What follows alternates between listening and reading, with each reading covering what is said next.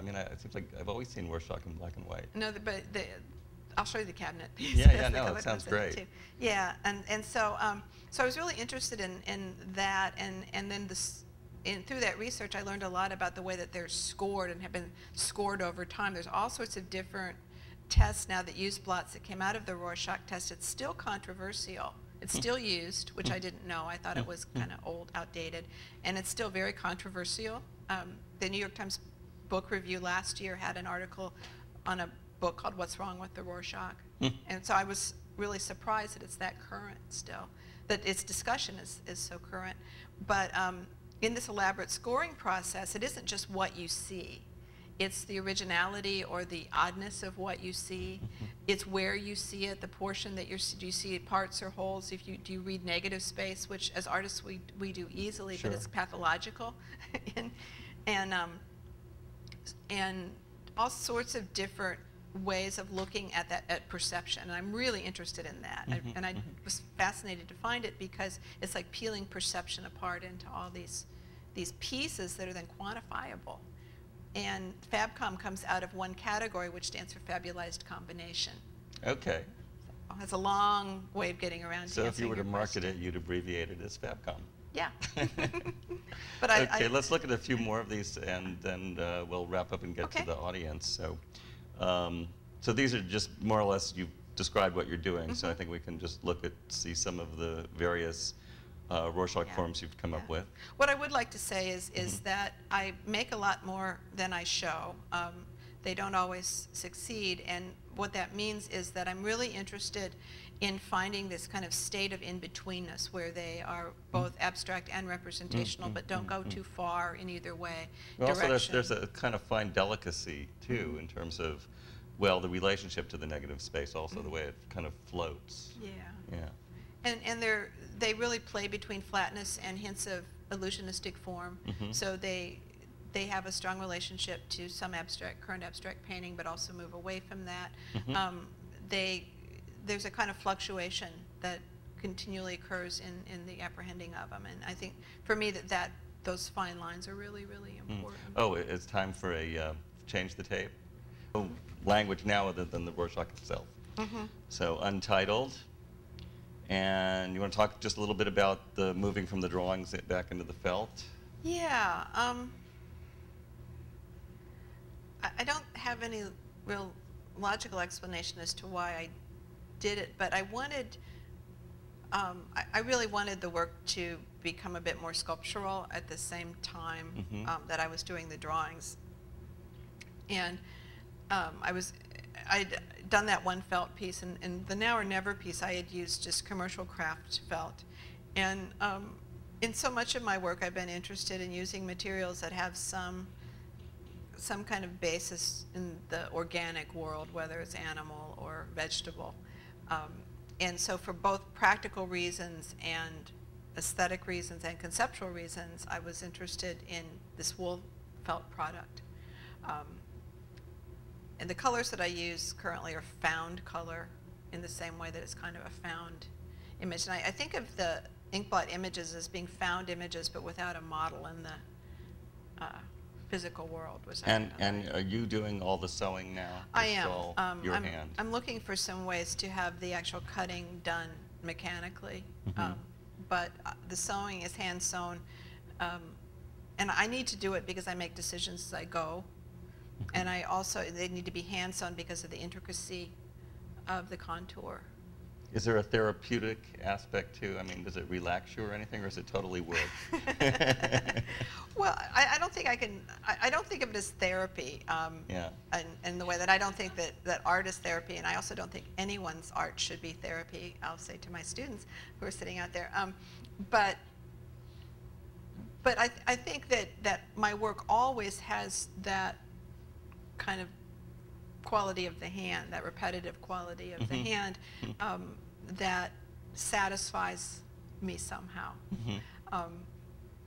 So when I was in high school, I would do those really detailed kind of drawings that high school kids do from photographs, you know, and I don't think I've really lost that attraction to that touch and to that kind of repetitive, and it's tedious. I mean, it also drives me crazy at the same so time. then it's definitely not therapeutic. No, it's but it's pleasurable, you know, and Okay. it's pleasurable in that it's a means to this end.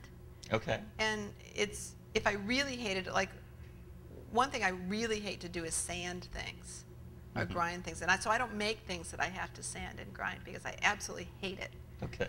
But so the sewing is not like the most fun thing to do in the world, but it's pleasurable and routine, and it's very immediate in its gratification in the sense that I can see where the image is going, what it's going to produce. So there must be some moments of real excitement when you're when it's starting to resolve itself. Absolutely, and I think that the way that I work, and I think the way that a lot of artists work, is to set up a situation where that kind of excitement can present itself. I know artists who don't work that way, but I find that that's the most compelling way for me to work. That one of the reasons that I moved from the fabricated sculptures to the work that I do now is that as I work, I change things, right? And both in the drawings and in the felt pieces, they grow during the process. So things present themselves to me, and possibilities present themselves in the work that aren't things that I predicted. Well, that's ahead of time. the pleasure or the joy of creativity. I think so, definitely. Yeah. And it's also the perils of creativity. As I said, I have a lot of drawings that don't work. Right. I think that something's a good idea, and I take it too far. And I have. Do you save them, or do you throw them out, or do you recycle them into new art, or what do you do with them? I don't recycle them, but I've destroyed a lot, and recently I've destroyed a lot because I have too much stuff in my studio. Purge. Yeah. But I save some because they tell me things that I need to know. I have some learning. Do you learn from Sure, them? Yeah. and some felt pieces that didn't work for various reasons, but I figured some things out about these now. And for me, it gives kind of a life to an animation to the form. And along with the symmetrical pieces, I've been doing a limited number so far, but I hope to do more of both drawings and felt pieces that use pieces of, they're called graft because I'm grafting two pieces and sometimes more elements together from the blots themselves. So that Are you mixing from two different blots here? Yes. Okay. And maybe three. Okay. I'm not sure. Okay. Well, that's an interesting place to take it. Yeah. So. Yeah. And then I think this is our last image, right? Yeah. And the floor is there to give some sense of scale. Yes. It's 8 foot, 1 inch short, 1 inch shy of 8 foot.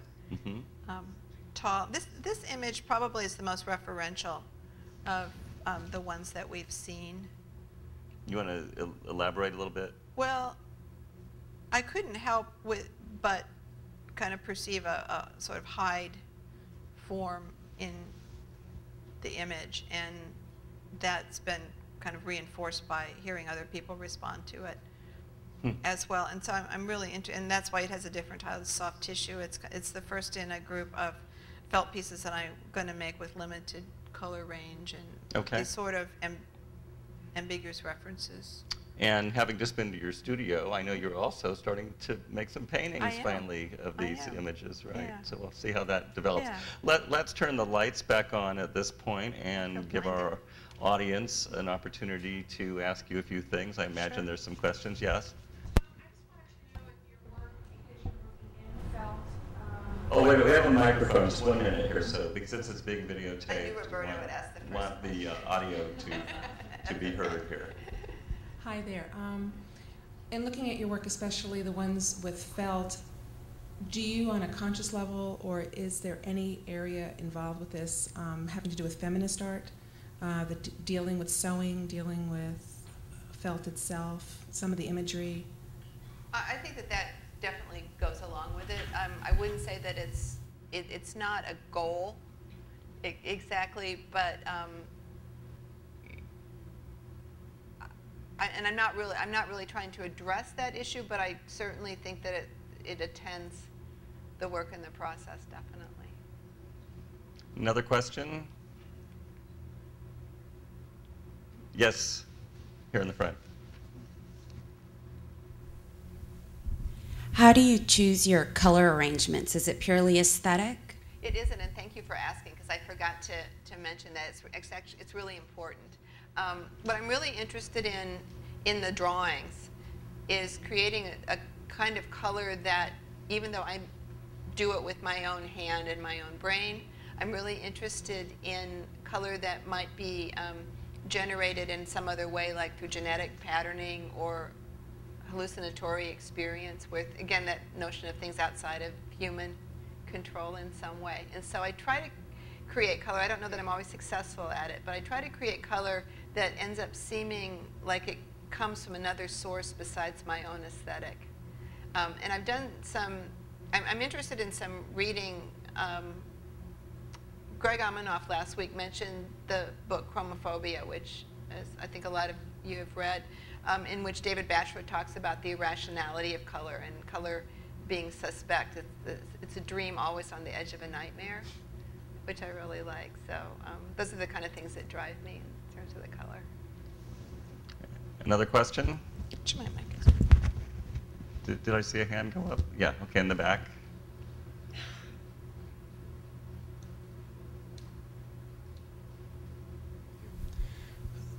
Could you go back to the slide before this one? Sure. This piece, all of your felt pieces beg the question of installation, and they're so fragile, and I have no idea actually what we're looking at here, how it's adhered to the wall. So I wondered if you could address that. Sure. And also, because of the way some of those early ones were installed, it seems like they're as much about asymmetry as symmetry. So I wondered if you could, because they don't hang symmetrical, and I'm not sure you could ever get them to hang when they're hanging loosely like that. So I wondered if you could say a thing or two about that. I'm going to take the second part first, and that isn't something that I consciously think about, but I think it kind of fuels all this whole idea as we've moved from the 90s into my present work, where you again have those kind of contradictions of symmetry and asymmetry embodied in that case in the same piece.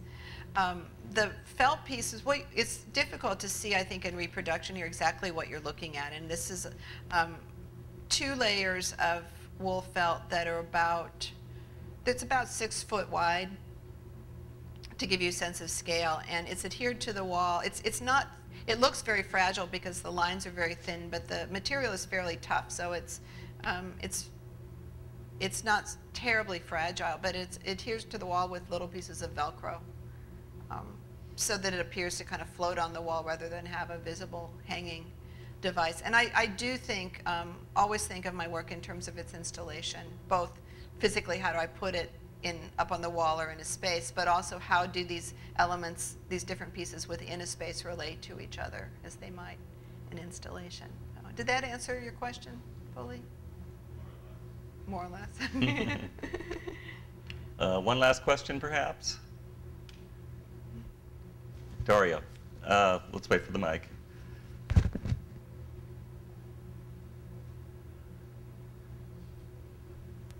Hi, Connie.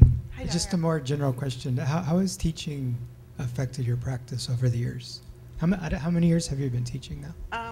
About 15, no, about 18 years I've been teaching. Because I was thinking of the time scale we started at to now, if teaching was parallel the whole time and how it's affected you over the years. It certainly affects my time, I think, but if I weren't doing that, I'd have to be doing something else to not only make a living, but spend my time. I think I have a real symbiotic relationship, I think, with my work in teaching, in that my work is not necessarily influenced directly by working with students, but my ideas are, because I can't remember the artist right now, and whether it's de Kooning, I can't remember, but somebody of that stature said, how can you teach something and continue to believe it? And I'm interested in that idea, because it is hard to, when you're trying to work directly with student artists on their individual directions, it's hard to keep your own center in a way. But the other side of that is that you're continually being informed and being made to kind of reflect back on your own thinking and what you do believe at any given point. So I think that quality of reflection for me, and consideration and reconsideration, that permeates my work and probably contributes to the fact that these are all elements in installation rather than identifiable series that all look alike. I think that that comes out of my teaching practice as well as my artistic practice. So and it depends on what day you ask me that question, too. Well, Connie, I'd like to thank you so much for being my guest tonight in our conversation. And I want to thank you all for attending and remind you all to please come next week when we'll have a conversation with Rolando Brizeno. Thank you again.